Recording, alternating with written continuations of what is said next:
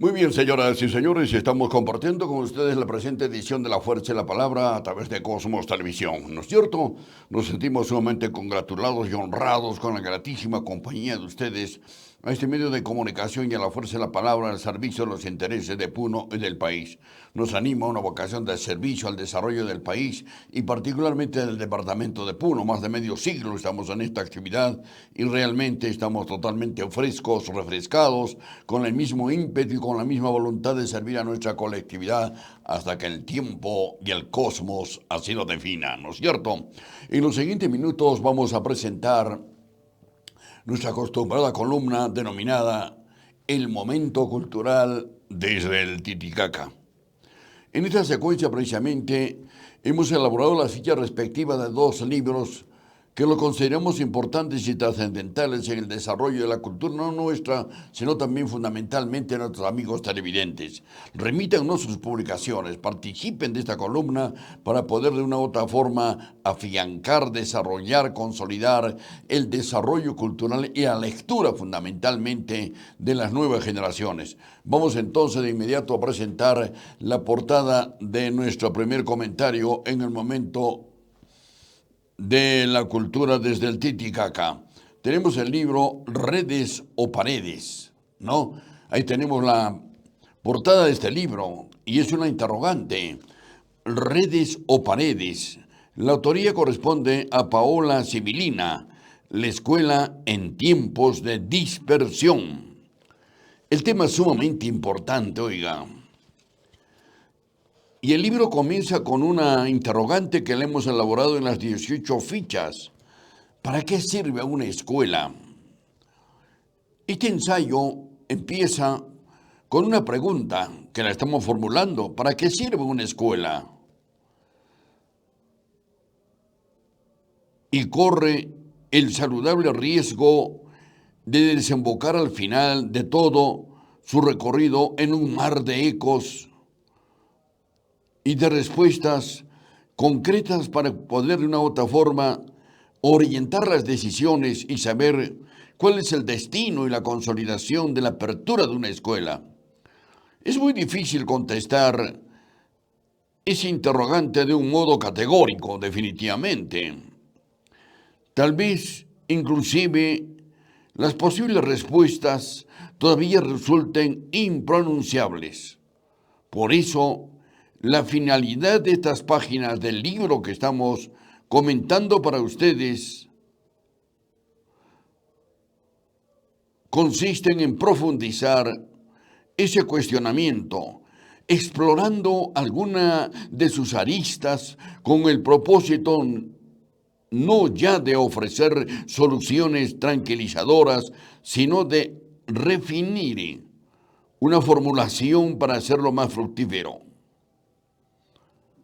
El libro intenta definitivamente alcanzar un concepto trascendental del por qué sirve una escuela. No nos estamos refiriendo únicamente a una escuela a nivel inicial, primaria, secundaria o académica, sino una escuela de formación integral que debe de asumir el hombre para tener un dimensionamiento total de su existencia diaria y permanente.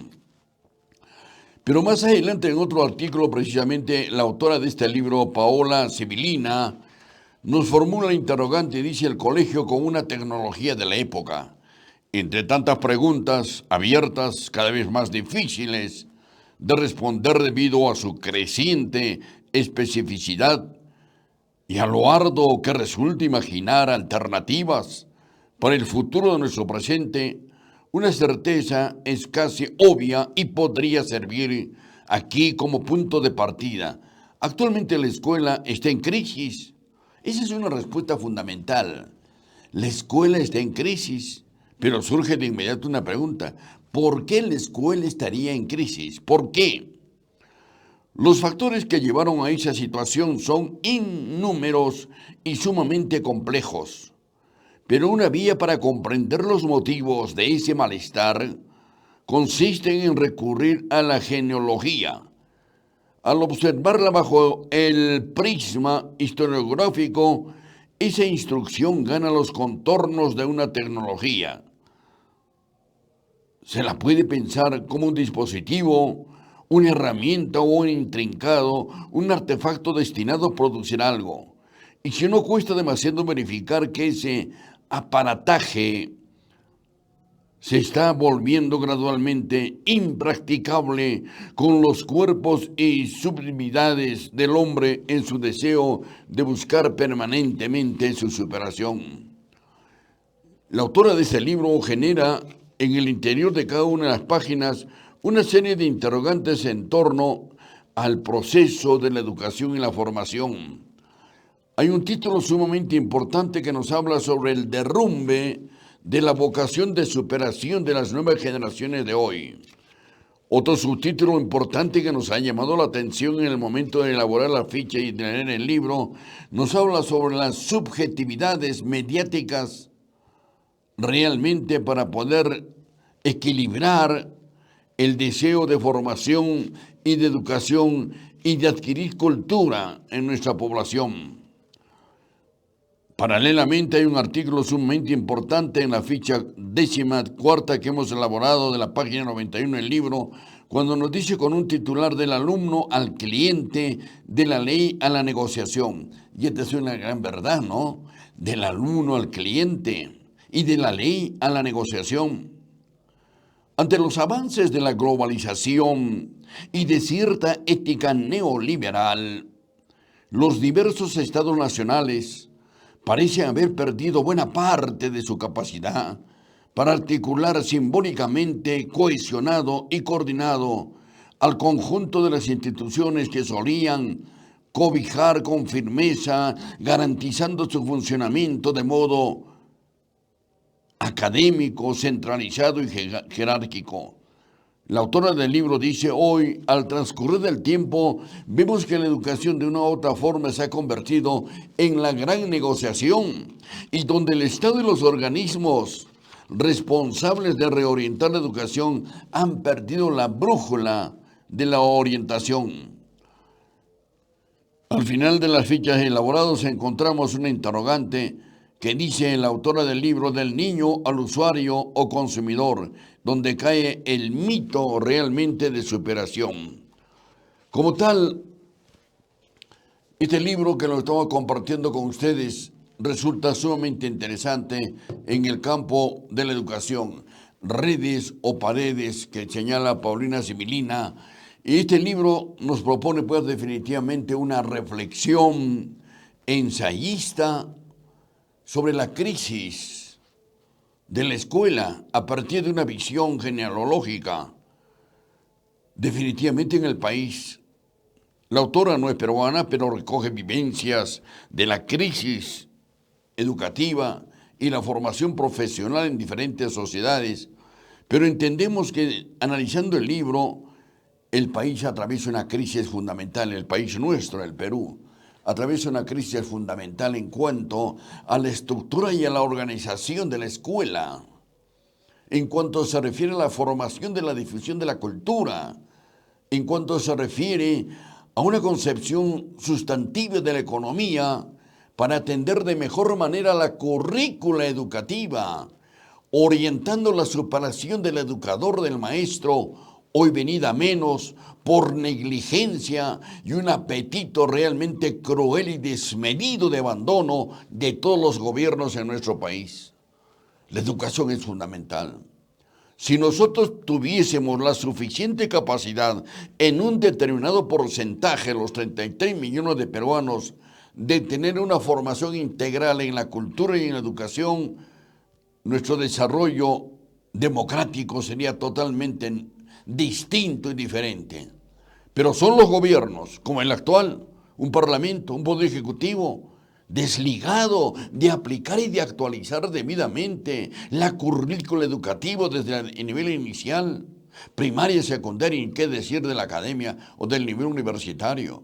Hay un esfuerzo del maestro, pero que se forma con una currícula también no actualizada. Hay un síntoma de economía frustrante para el educador. Y paralelamente hay una limitación en la gran familia peruana y especialmente en la familia de bajos recursos económicos de fomentar la educación integral de sus niños, de sus guaguas. Estas reflexiones hay que plantearlas. ¿Tendrán respuesta? Por supuesto que sí. En el momento cultural desde el Titicaca hemos generado un comentario al libro de Redes o Paredes de Paola Sibilina, La escuela en tiempos de dispersión, ¿no? Muy bien, con la anuencia de ustedes continuamos presentando el momento cultural desde el Titicaca. Y para la presente edición precisamente, luego de mucho tiempo de haber analizado este libro y donde casi nos hemos profundizado en saber qué es la descentralización, hemos elaborado 12 fichas del libro que aparece en su portada y dice Estructura y gestión del Estado descentralizado. Esta es la portada del libro, Estructura y gestión del Estado descentralizado. La autoría corresponde a Jaime Johnson Rebasa del Pino, Alberto García de Romaña y Freddy Monge Pimentel. El libro ha sido editado y financiado por el Centro Peruano de Estudios para el Desarrollo Regional. Lo hemos leído con mucho detenimiento y con una profunda preocupación. Con mucha modestia, como ustedes comprenderán, quien habla, participamos de la deliberación, del debate, de la aprobación de la actual ley de descentralización a través de los gobiernos regionales. Y realmente, en aquel momento, en el gobierno de Alan García, y siendo nosotros de oposición, alcanzamos una serie de opciones y alternativas para que esa ley de la descentralización a través de los gobiernos regionales en plena vigencia tenga características mucho más sustantivas. Pero bajo ese concepto, hacemos ahora un análisis de la lectura de este libro y de las fichas respectivas. El carácter del Estado guarda estrecha relación con el carácter de la estructura socioeconómica. En este sentido, la nueva estructura del Estado que se propone deberá ir construyéndose sobre la base de una real democracia política en la medida que se vaya logrando una auténtica democracia económica. Ambos son elementos que son del logro más significativo de una colectividad. Y vean ustedes, lo que acabamos de expresar tiene validez hoy más que nunca cuando señalamos que la nueva estructura del Estado que tanto soñamos los peruanos y los puneños desde luego, y que parece que no la vamos a alcanzar, esa nueva estructura del Estado debe ir construyéndose sobre la base de una real democracia en la medida que se vaya logrando una auténtica democracia económica. Ese es el término que podemos debatirlo y discutirlo brevemente en estos momentos. ¿Tendremos una auténtica democracia económica en el país a través de la conformación de los gobiernos regionales como óptica de descentralización? No, nonis. No hemos avanzado, no hemos progresado, no hemos podido consolidar realmente una democracia económica. Por lo contrario, el centralismo capitalino, limeño y los poderosos grupos económicos y los ladrones que asumieron el poder político del país desde la presidencia de la República y congresistas y grupos de poder han destruido la democracia económica del país. Y esto se refleja en la actual crisis que estamos viviendo actualmente. ¿No es cierto? La nueva estructura del Estado estará definida por órganos que situados en distintos niveles o instancias de decisión, sean de decisión local, regional, subregional, nacional, permitan el desarrollo de las distintas funciones generales del Estado. ¿Y cuáles son las diferentes gestiones de decisión del Estado? La legislativa, la ejecutiva, la planificación y la jurídica, ¿no? Donde cada una de estas instancias de decisión del gobierno han fracasado actualmente. No queremos concluir este comentario breve, desde luego, pero sustantivo, a lo que significa precisamente la estructura y la gestión del Estado descentralizado. Este libro hace un análisis pormenorizado del fracaso del sistema descentralizado a través de los gobiernos regionales en el país. Y coincidimos con él, porque la descentralización no solamente era en aquel momento hacer un desmembramiento literario de cómo debía estar conformado el país. Nació primero con las regiones que integraban 3, 4 departamentos. En el caso del sur y del departamento de Puno comenzamos a formar y integrarnos en la llamada región José Carlos Mariátegui, no conformada por el departamento de Puno, el departamento de Moquegua y de Tacna. Estuvimos ahí muy de cerca y vimos y lo ratificamos que fue un fracaso total. Los parlamentarios comenzaron a llamarse diputados y los gobiernos regionales no tuvieron la suficiente capacidad de monopolizar y de integrarse en distribuir sus recursos económicos y darle una estructura mucho más soberana y democrática de participación y de decisión. Fracasó el primer paso de la descentralización con los gobiernos de la región José Carlos Mariátegui. Ha transcurrido el tiempo y los politiqueros que estuvo en el Poder Ejecutivo, los presidentes trafaciosos en su gran mayoría, y no hay excepciones, no hay excepciones. Todos los presidentes de la República, desde el momento que se aperturó el sistema democrático del país, fueron unos truanes, unos ladroncillos de primer orden, absolutamente todos. Nadie nos puede decir lo contrario y no quiero decirlo ahora ni tipificar uno por uno porque se van a enojar y mejor pasen tranquilos su Nochebuena y su fin de semana. Entonces luego se genera reestructurar solamente ese primer capítulo de las regiones y regresan los departamentos a ser una sola región, pero no se esclarece mucho menos en decir esta fue en la región Puno, sino simplemente es el departamento de Puno y revisen la ley. Pero eso no es lo sustantivo.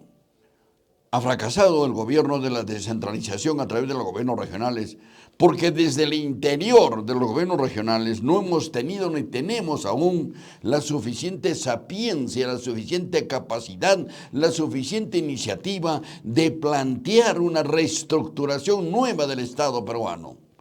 Y este tema lo enfocamos permanentemente en este programa.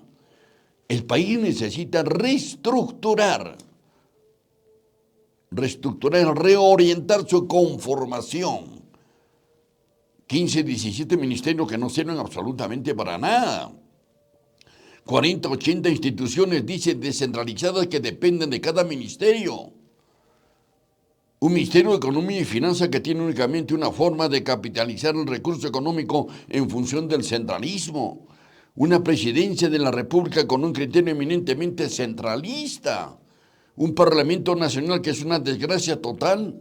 Y para mal de penas y de errores y de crisis, se nos viene ahora la bicameralidad, que no es ninguna solución definitiva. Muy a pesar que se hicieron las consultas populares en el país. Hace años los peruanos dijimos no queremos la bicameralidad. Hoy los malignos que están en el poder han tomado la decisión de retornar a la bicameralidad y convierten, como lo hemos dicho en este medio de comunicación, con mucha altura, y somos unos pocos a nivel nacional, el Senado no es ninguna alternativa de solución.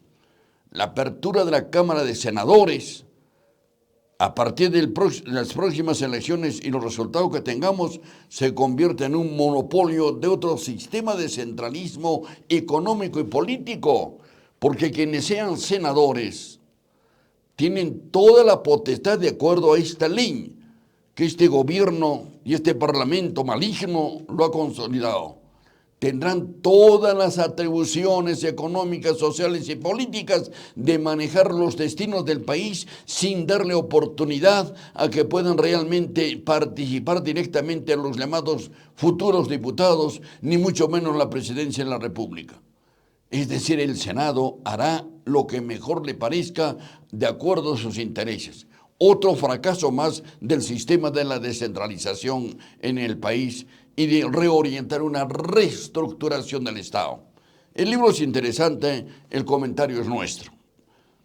La gentileza de ustedes la subrayamos con mucha amicalidad. Muchas gracias por atendernos. Hasta aquí el momento cultural desde el Titicaca. Continuamos con mayores informaciones preparado por nuestro departamento de prensa y desde luego con el departamento técnico. Volvemos. Adelante ustedes.